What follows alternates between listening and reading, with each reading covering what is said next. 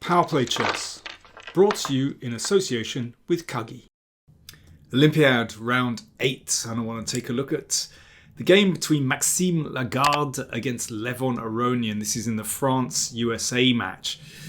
Well, up until this round, Levon Aronian in fantastic form. He's on board 4 and, playing opponents a bit weaker than he's used to normally. And it looks like he's having great fun. He's really chancing his arm, and so far he's actually at the top of the rankings for board 4 players. So let's see what we've got today. Aronian playing black, and he's played a French, so not the normal e4 e5 stuff.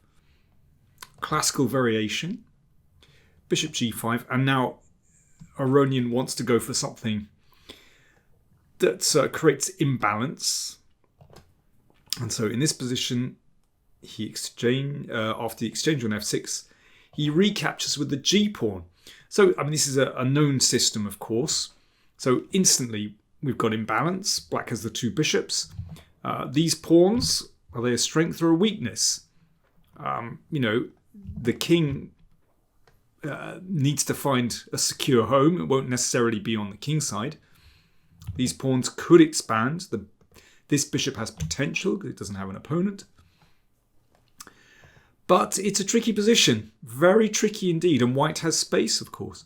Now the knight comes back to c3, so that preempts f5, and it means that white is ready to play d5. This could be a very awkward move for black to meet because it might break up these pawns and isolate those f-pawns once d5 comes. And perhaps white has in mind playing g3 and bishop g2 to prevent black's bishop coming to the long diagonal. So, but it's a slightly unusual continuation. Normally knight f3 is the move. So Aronian thought for almost 6 minutes and played knight c6, putting immediate pressure here. And in this case, d5 doesn't look too good because, well, black's bishops look absolutely fine there, and black even has a lead in development. So knight c6, the pawn is threatened. White went with knight e2. And black's problem here is that queen's bishop. How do you bring it into the game? You might like to put it on this diagonal, but, after g3, bishop g2, somehow doesn't look too clever. So Aronian played a6. Okay, there's a mysterious move. And we're going to see the point to this in a second. So g3, that bishop certainly looks a lot better than that bishop on c8. But now we see Aronian's idea, e5. So this is how he's going to bring out the bishop. Somewhere along this diagonal. And white plays d5, and the knight hops back to a7. So this is very unusual. Levon is being, very creative. So who knows, the knight might pop out on b5, but yeah, it looks pretty strange. The question is, why couldn't Levon play e5 straight away? Well, in that case, d5 is a bit painful. The knight doesn't really have a good square to go to. It has to go back to b8. So that's the point of a6, so the knight can hop back to a7. It's a really strange position because, these pawns, if white gets control over these light squares, then black will be struggling. So let's see. Queen d3, so that prepares castling queenside. And yeah, this king is still in the middle, doesn't want to go to the king side. So Aronian hastens to develop these pieces in order to bring the king over there. Well, at least he's not playing bishop d7 yet. You've got to watch out for moves like this. F5 is necessary, otherwise knight e4 could be a problem. So these pawns start to roll. It reminds me of some of those Sveshnikov positions where this f-pawn the doubled f pawn is very useful, and these pawns control a lot of squares in the middle. But that f5 pawn is potentially vulnerable. If you mirror it, and reverse colours, then it's a bit like a Nimzo where white has these pawns here and that c4 pawn is weak. So the same could happen here. Now, I'm sure white would love to play bishop h3. Hitting this pawn, tactical problem. Queen h6, check, double attack. So that's why Lagarde played h4 in order to shield the bishop when it comes to h3. Bishop d7 played. Incredibly, the good old computer likes b5 to push that knight out of the way. That's really ambitious when you're leaving your king in the middle. The computer can get away with it. Levon preferred to play bishop d7. That's a more human move. Bishop h3, hitting the pawn. So now that pawn has to advance. So that means there are gaps here. The position's starting to open up. Queen e3, and that's a very nice square for the queen, looking in two different directions. Firstly, straight away we can see that castling is impossible because that knight on a7 would be hanging. So therefore knight b5. f3 starts the process of breaking up those pawns. An exchange on c3. Really black's position is under massive strain here. Imagine if black decided just to meekly exchange on f3, then this pawn is just dropping. Massive advantage for white. And castling still doesn't look very nice when queen a7 is on, threatening mate in 1. So what is black to do here? Well, after precisely 5 seconds, Aronian played rook g8. There you go. Very often these really complicated positions, he plays with a very free hand, a very sure hand. He doesn't seem to have much fear. That can be a strength, it can be a weakness. So rook g8 played. F takes e4 and rook takes g3. So the queen is attacked. And white now played queen d4 quite quickly, again looking in those two different directions. And also looking at e5 as well. But this is actually not the best move. As we'll see why in a second. It's actually better to play queen f2, keeping on this diagonal, maintaining pressure here. You'll see the difference in a second. Queen d4 was met by bishop f6. Now Lagarde had obviously been looking at e5 and thought that this would be a good counter. Now queen e5 obviously not good. Pin and win. So bishop takes and pin, another pin. f6. And the queen dropped back to f2. Attacking this pawn, also looking at the rook.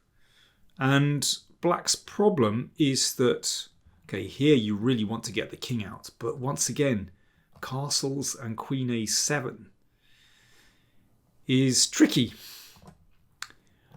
But I think Lagarde obviously underestimated Aronian's next move. An exchange sack.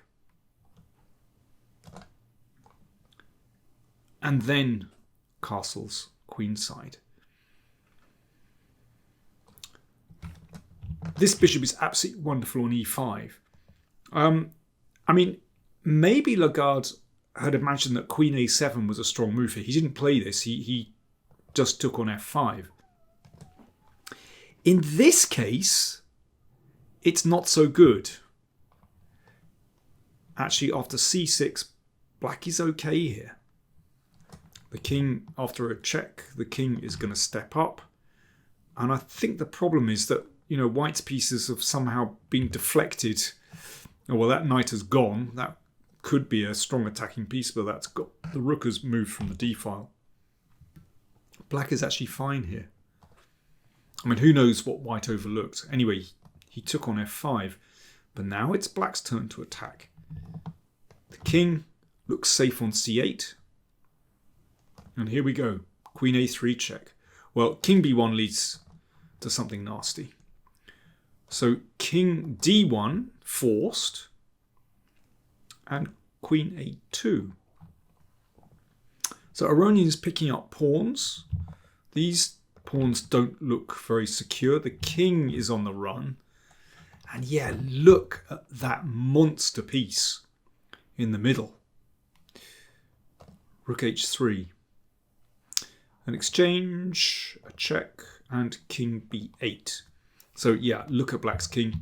Completely safe behind those three pawns.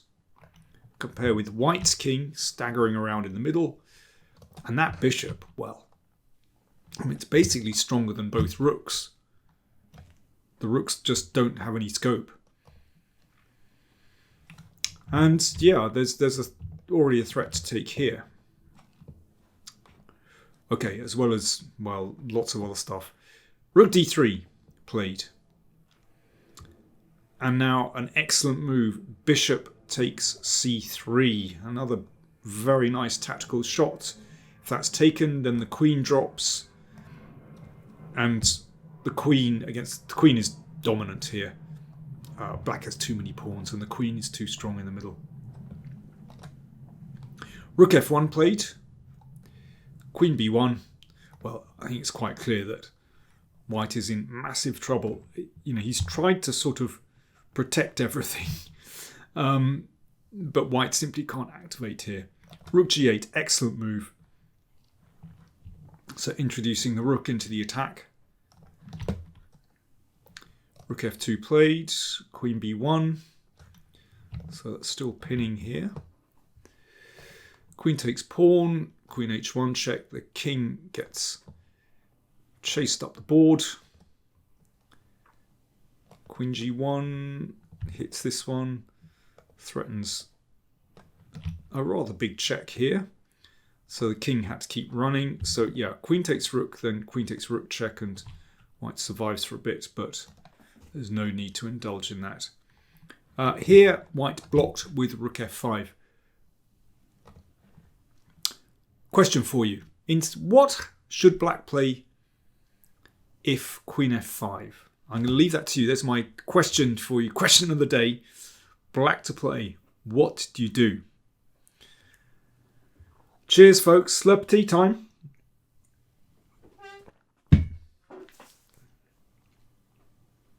Black to play.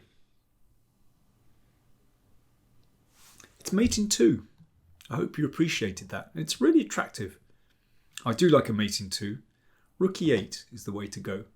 And what's nice about this is that if the king goes that way, queen a4 is mate. And if the king goes that way, queen g8 is mate. What a perfect illustration of the power of the queen, the long-range power of the queen. Beautiful. So rook e8 check. You only get points. You only get the bonus point if you appreciated that it was actually mate in 2. Okay, queen g4 check, rook f5 played. Now it's just a case of finishing off, really. I mean, the king is never going to survive here. Bishop rock solid. So that just opens up the e-file. So queen e4 is on the way. Rook f3 and rook e8. King takes. Oh, once again we've got king d7, queen a4. King f6 and rook f8. That was the final move. Because if the queen interposes, then you can take a pawn and take the queen. And if king e6, a check. And here, well, we're getting a bit melodramatic now. But queen e8, there we are. So Levon is having fun at the Olympiad, and that win maintains his position as the top player playing on board 4. And that win was crucial in the France-USA match. There were 3 draws and this victory. So USA won the match and they're back in business now, actually. So USA have 13 points. Hungary and Uzbekistan have 14. India have 16. India were absolutely dominant again today. They crushed Iran. Absolutely crushed Iran. 3.5-half. It was just a dominant display. And they're looking so strong. Gukesh defeated Marsudlu. Not an easy opponent, but just displayed a really sure hand in time pressure and in the complications. What a cool guy. So India looking really good. Now, in round 9, India will face Uzbekistan. Now, that's not easy. Of course, they're the gold medal winners from last time. They have Abdusattorov playing extremely well on board 1. And the USA face Hungary. Now, the USA, I mean, they have a fantastic team on paper. Caruana, Dominguez, and Aronian, top 4 boards. So they could be India's big test. Well, Uzbekistan is a big test tomorrow, but looking a little into the future, still 3 rounds left. If USA actually face India, then we could be having a very interesting last few rounds. So there we go. By the way, the Indian women's team actually lost today, so that one is still wide open. Okay, anyway, thanks for watching. More coming soon.